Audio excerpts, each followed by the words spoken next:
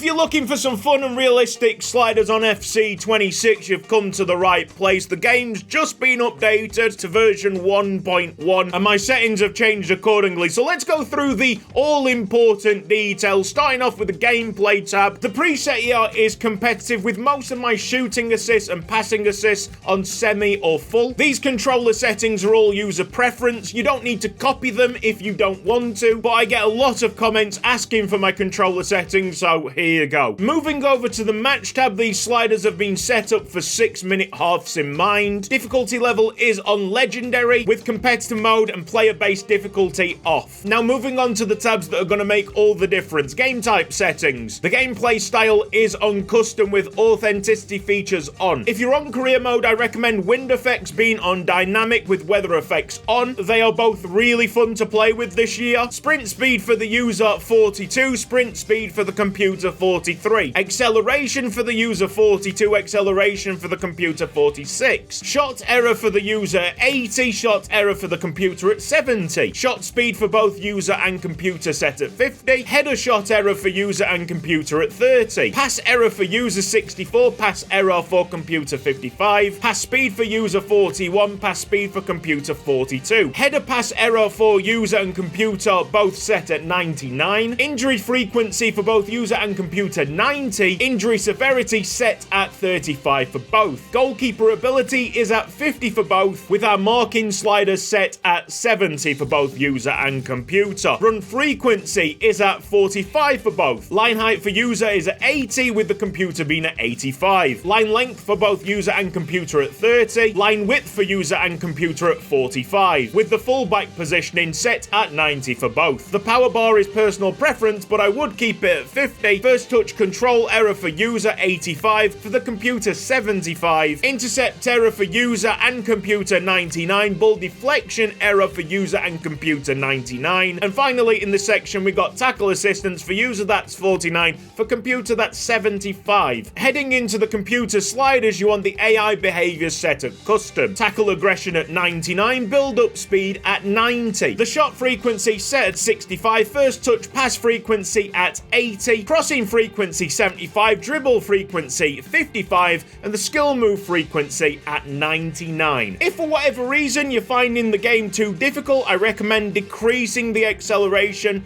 on the computer side, and if you're finding it too easy, do the exact opposite. Those are the all-important numbers shared. Now let's talk about what the patch has actually brought, because as a whole it is a step in the right direction. It's not what I expected, but it is a bit better because the AI seems slightly smarter. Defensively, they're more aware, so the big change with these sliders in comparison to our previous ones is the line height has been pushed up significantly, producing a much more compact game in the middle of the park. In general, this makes the game look more like its real-life counterpart, which is a big thumbs up for me, but the downside of this patch is the promise of higher tackle aggression, and yet still the computer really doesn't want to put a foot in. Even so, there were examples of the AI getting slightly more aggressive, allowing me to execute skill moves, but it's just not enough yet. It's so far away from FC25 in that aspect, where the AI was happy to tackle so you could use skill moves to your advantage. I'll keep on sending my information to the EA dev team, and hopefully at one point this year we'll have an AI that's happy to slide in. For those of you on the fence on whether or not to use these sliders, we've got a full example match coming up very shortly as soon as I've stopped talking, so please go and check it out, because in my opinion it emphasizes just how much better this setup is